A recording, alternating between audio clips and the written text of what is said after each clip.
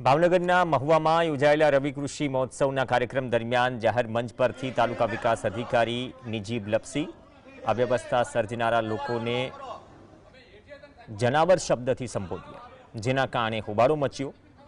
સંત અખા ભગતની સાખીનો સહારો લેતા અધિકારીએ કહ્યું કે સમજાવ્યા સમજે નહીં જનાવરની જાત। પેલો અખા ભગત કહે છે કે નથી અમારી ના। તેના કારણે ખેડૂતોમાં રોષ ફેલાયો। જો કે અધિકારીએ પછી સ્પષ્ટતા કરતા કહ્યું કે તેમને આ શબ્દનો ઉપયોગ માત્ર એક વ્યક્તિ માટે કર્યો હતો અને તે માટે તેઓ માફી પણ માંગી ચૂક્યા છે।